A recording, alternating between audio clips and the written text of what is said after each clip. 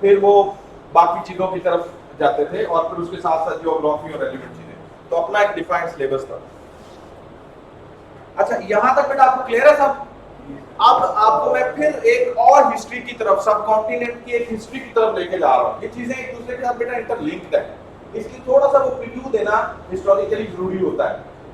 آپ کو پتا ہوگا کہ 1707 میں, اچھا یہ جو دور چل رہا تھا برے صغیر کا, تو اس ٹائم برے صغیر میں مغلیہ ڈائنسٹی تھی نا, مغلیہ حکومت تھی, مغلیہ دور حکومت تھا. تو مغلیہ دور حکومت میں ہی کچھ اسلامکلی لوگ ڈاؤن فال کی طرف جا رہے تھے. تو 1707 میں بیٹا ایک بہت بڑی چینج آئی مغلیہ ڈائنسٹی کے لیے, اور وہ چینج کیا تھی؟ وہ اورنگزیب عالمگیر کی ڈیتھ تھی. اورنگزیب عالمگیر کی ڈیتھ ہو گئی. مغلیہ ڈائنسٹی کے بہت ہی شاندار اور اعلیٰ قسم کے اعلیٰ پائے کے مسلم رولر جو بہترین طریقے سے سب کانٹیننٹ میں مغلیہ ڈائنسٹی کو چلا رہے تھے, ان کی ڈیتھ ہو جاتی ہے 1707 میں. ٹھیک ہے, یہ جو 1707 میں ان کی ڈیتھ ہے وہ بیسیکلی جو مغلیہ ڈائنسٹی تھی اس کے ڈاؤن فال کی بڑی ریزن بنی, بیکاز یہاں تک بہت اچھا چل رہا تھا. اب چونکہ وہاں پہ منارکی اسٹائل تھا, منارک ڈائنسٹی تھی, تو کیا ہوتا تھا کہ ان کے بیٹے نے ٹیک اوور کرنا تھی. تو آپ کو ضروری تو نہیں ہے نا کہ باپ جتنا کیپیبل ہو تو بیٹا بھی اتنا کیپیبل ہو.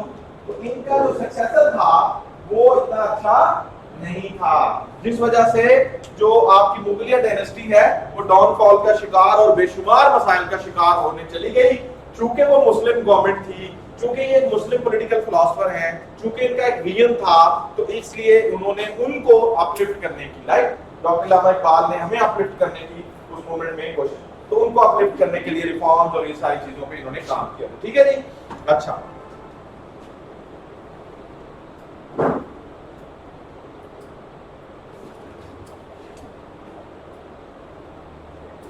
اور 1710 سے لے کر 1707 میں ڈیتھ ہو گئی, اور کہا جاتا ہے کہ 1710 سے لے کر 1720 تک دی ورسٹ کنڈیشن آف مغلیہ ڈائنسٹی تھی. مغلیہ خاندان کی جو حکومت تھی برے صغیر کے اوپر, اس کے سب سے بڑے برے حالات جو تھے وہ یہ 10 سال تو بالکل رہے ہیں, 1710 سے 1720 تک. اس دوران ان 5 سالوں میں 5 کنگ چینج ہوئے.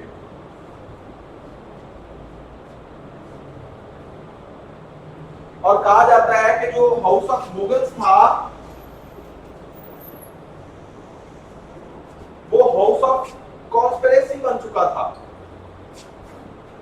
سازشیں ہو رہی تھیں حکومتیں گرانے کی, اور ٹھیک ہے جی. آپ سلطان دیکھتی ہیں؟ سلطان نہیں دیکھتے آپ لوگ؟ نہیں دیکھا؟ پھر تو آپ کو صدارت کا پتہ ہی نہیں ہوگا. شناز کا پتہ ہے؟ ہاں ہاں. شناز گل کا پتہ ہے؟ صدارت کا پتہ ہے؟ یہ سوشل میڈیا کے سامان چھوڑ دیں, سمجھ آئی؟ اسٹڈی کو فوکس کریں. اچھا جی. سر آپ کو پتہ ہے؟ نہیں تو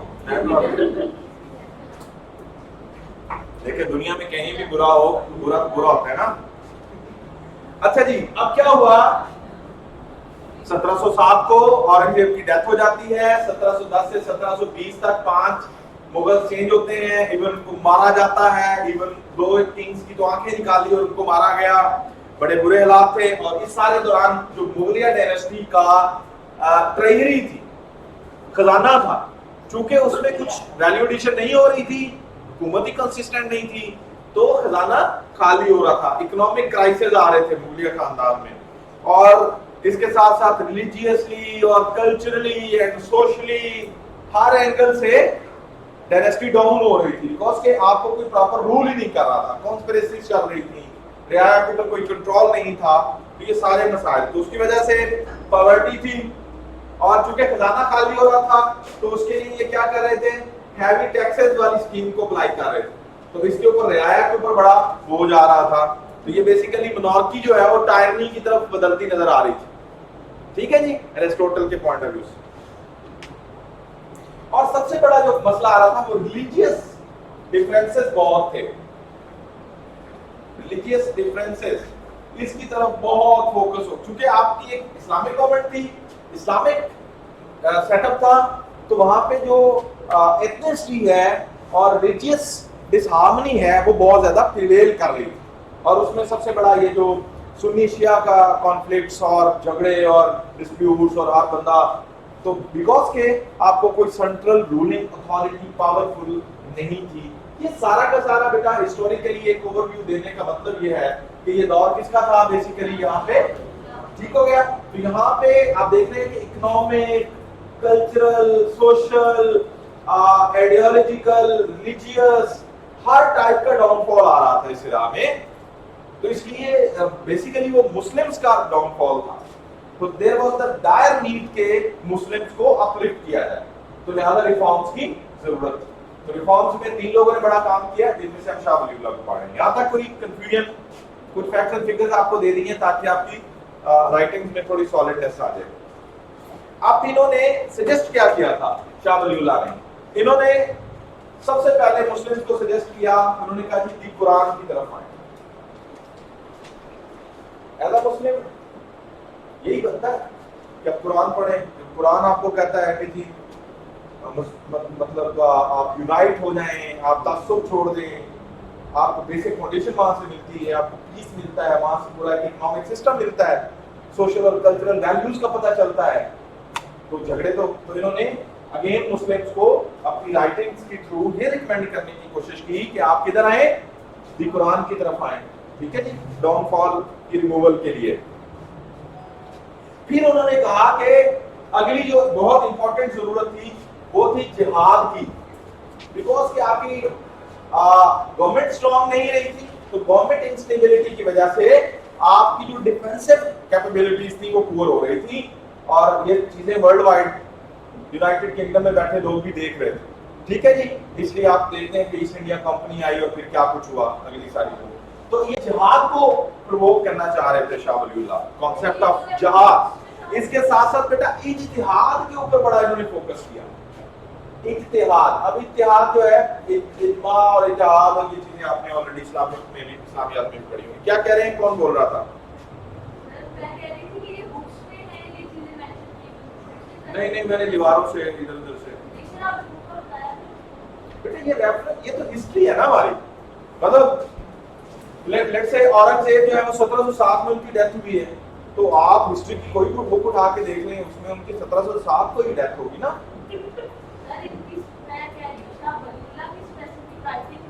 ہاں دیٹ واز دا کوسچن.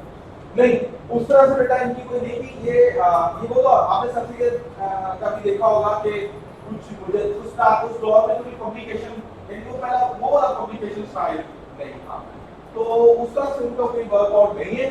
لیکن کچھ ریکمنڈیشنز جو جنرل ہوتی ہیں یہ اس کی بہاف پہ جی جہاد کے اوپر فوکس کرنا. اتحاد بیٹا ہم نے پڑھا تھا اقبال کی خودی اور اتحاد میں بھی کہ بیسیکلی آپ کے کچھ مسئلے ایسے پیدا ہو گئے ہیں جن کا پراپرلی شریعت سے, چونکہ وہ ایڈوانسمنٹ کی وجہ سے ایسا ہوا ہے, تو لہٰذا آپ اس کے لیے جوہد کریں, کوشش کریں, مل کے اپنے کنسنسس ڈیولپ کر لیں اور اس کو سارٹ آؤٹ کر لیں. بیکاز کہ ریلیجیس ڈفرینسز بہت تھے نا, لا لیسنس بہت تھی, اس طرح سے کنٹرول کمانڈ نہیں تھا, ادھر رولرز بدل رہے تھے, کانسپیریسیز ہو رہی تھی. تو انہوں نے کہا ہم قرآن کے ساتھ جڑیں, احادیث اور اتحاد اور مت اس طرح سے.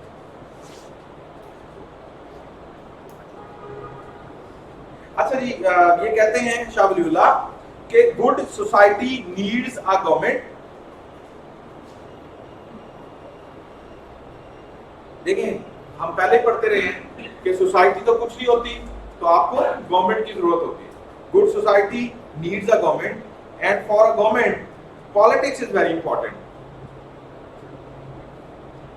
آپ نے کہا پولیٹکس ہے. ہاں جی, politics very important, is very important. اچھا دوسری بات جو ہے, آپ نے میکاولی ابھی ہم نے دیکھنا ہے, میکاولی یہ بہت سارے فلاسفرز جو ہیں وہ کہتے تھے کہ پالیٹکس ایک علیحدہ چیز ہے, مذہب ریلیجن ایک علیحدہ چیز ہے. تو شاہ ولی اللہ نے کہا کہ پالیٹکس پلس ریلیجن یہ دو امپورٹنٹ چیزیں ہیں, ایک دوسرے سے جڑی ہوئی ہیں. پالیٹکس ریلیجن سے نکلتی ہے,